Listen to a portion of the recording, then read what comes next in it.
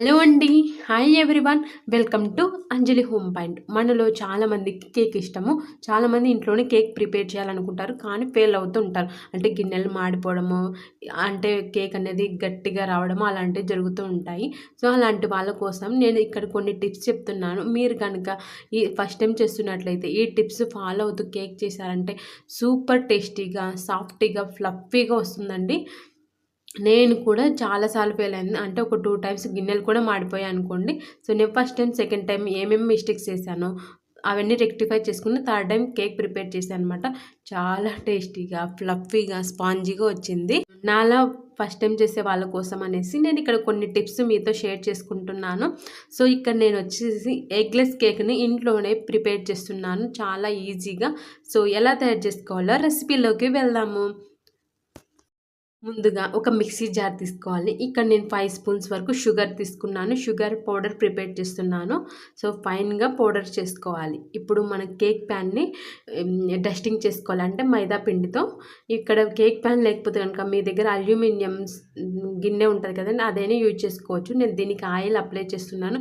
మీరు నెయ్యి అయినా యూజ్ చేసుకోవచ్చు. నా దగ్గర నెయ్యి లేదనేసి మొత్తం ఆయిల్‌తో గ్రీజ్ చేస్తున్నాను ఈ కేక్ ప్యాన్‌ని. తర్వాత ఒక స్పూన్ మైదా పిండిని వేసుకొని డస్టింగ్ చేస్తున్నమాట. ఈ విధంగా మైదా పిండినంతా స్ప్రెడ్ చేస్తున్నాను ప్యాన్ మొత్తం. ఇలా చేస్తే మనకు కేక్ అనేది ప్యాన్కి అంటుకోకుండా ఈజీగా వస్తుంది. ఒక పెద్ద బౌల్ తీసుకోవాలి. అందులో 3/4 కప్పు షుగర్ తీసుకోవాలి.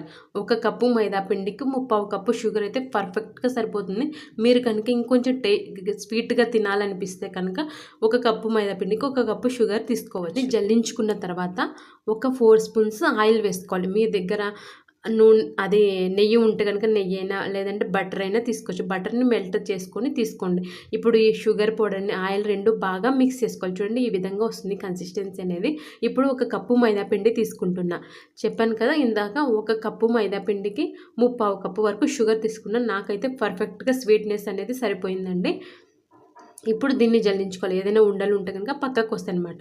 ఇలా జల్లించుకొని తీసుకుంటే కేక్ అనేది చాలా బాగా వస్తుంది. తర్వాత 1 పించ్ వంట సోడా తీసుకోవాలి. అలాగే ఒక స్పూన్, ఇక్కడ నేను స్పూన్ తీసుకుంటున్నా కదండీ! ఆ స్పూన్‌తో బేకింగ్ పౌడర్ తీసుకుంటున్నా.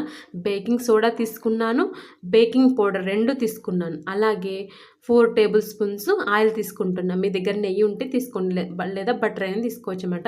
అంటే మొత్తం ఇందాక 4 స్పూన్లు, ఇప్పుడు 4 స్పూన్లు అంటే ఒక హాఫ్ కప్పు వరకు ఆయిల్ తీసుకున్నాననమాట. 1 కప్పు పాలు తీసుకోవాలి. గోరువెచ్చని పాలైనా సరిపోతాది. లేదంటే కాచి చల్లార్చిన పాలు అయినా, లేదా చల్లగా ఉంటాయి కదండీ ప్యాకెట్ పాలు, అవైనా యూజ్ చేసుకోవచ్చు. ఈ 1 కప్పు పాలని కొద్ది కొద్దిగా వేసుకుంటూ పిండిని సరైన విధంగా కలుపుకోవాలన్నమాట. ఎలాంటి ఉండలు లేకుండా నీట్‌గా కలుపుకోవాలి. చూడండి ఈ కన్సిస్టెన్సీతో కలుపుకోవాలి. కొద్ది కొద్దిగా పాలని యాడ్ చేసుకుంటూ ఉండలు అనేటివి అస్సలు లేకుండా కలుపుకోవాలి. ఇప్పుడు ఒక 2 డ్రాప్స్ వరకు వెనిలా ఎసెన్స్‌ని తీసుకోవాలి. వెనిలా ఎసెన్స్ ఇక్కడ నేను చెప్పే మెజర్‌మెంట్స్‌తో ఒక 2 డ్రాప్స్ అయితే సరిపోతుందండి. ఎక్కువ యాడ్ చేస్తే కనుక కేక్ అనేది ఎక్కువ వెనిలా ఎసెన్స్ స్మెల్ అనేది వస్తుంది. ఒక 2 డ్రాప్స్ అయితే సరిపోతుంది. ఇక్కడ చూడండి నేను కట్ అండ్ ఫోల్డ్ మెథడ్‌లో ఇది మిక్స్ చేస్తానమాట. రౌండ్‌గా కట్ చేసి ఈ విధంగా వీడియోలో చూపిస్తున్నాను కదా! ఆ విధంగా చేస్తున్నా. ఇలా కలుపుకున్నామంటే పిండి అనేది కేక్ అనేది ఫ్లఫీగా వస్తుంది. సో, ఈ విధంగా కలుపుకున్న తర్వాత పిండిని మొత్తం కేక్ ప్యాన్‌లోకి తీసుకోవాలి. కేక్ ప్యాన్‌లోకి తీసుకొని ఇలా ఒకసారి ట్యాప్ చేసుకోవాలి. అంటే ఎయిర్ బబుల్స్ అనేటివి లేకుండా ఉంటాయి అనేసి చేసుకొని ఎయిర్ బబుల్స్ లేకుండా చూసుకోవాలి. ఇక్కడ నేను సాల్ట్ తీసుకుంటున్నానండి. ఆల్రెడీ ముందు యూజ్ చేశాను. అందుకే కొద్దిగా బ్లాక్‌గా ఉంది సాల్ట్ అనేది. ఇంకొంచెం 2 స్పూన్ల మామూలు సాల్ట్ ఉంటుంది కదా కొత్తది, అది యాడ్ చేస్తున్నాను. విజిల్ పెట్టుకోకూడదు. అండ్ రబ్బర్ కూడా తీసేయాలి. ఇలా మూత పెట్టుకొని 5 మినిట్స్ వరకు హై ఫ్లేమ్‌లోనే ఈ కుక్కర్‌ని వేడి చేసుకోవాలి. ఇలాంటి స్టాండ్ అందరి ఇళ్లలో ఉంటుంది కదండీ! ఒకవేళ మీ దగ్గర ఇలాంటి స్టాండ్ లేకపోతే ఒక గిన్నెని తీసుకోవాలన్నమాట. దీనిపైన మనము కేక్ ప్యాన్‌ని పెట్టుకోవడానికి, డైరెక్ట్‌గా కేక్ ప్యాన్ పెట్టామంటే కేక్ మాడిపోతుంది, త్వరగా కుక్ అవ్వకుండా. సో, ఈ స్టాండ్ పెట్టుకొని దీని మీద జాగ్రత్తగా పెట్టుకోవాలండి. కుక్కర్ వేడిగా ఉంటుంది. సో, మన చెయ్యి అనేది కుక్కర్ తగలకుండా జాగ్రత్తగా పెట్టుకోవాలి. ఇలా మూత ఉంచుకొని 35 మినిట్స్ వరకు లో ఫ్లేమ్‌లోనే, చూడండి నేను వీడియోలో చూపిస్తాను కదా, ఈ ఫ్లేమ్‌లోనే మనం కుక్ చేసుకోవాలి.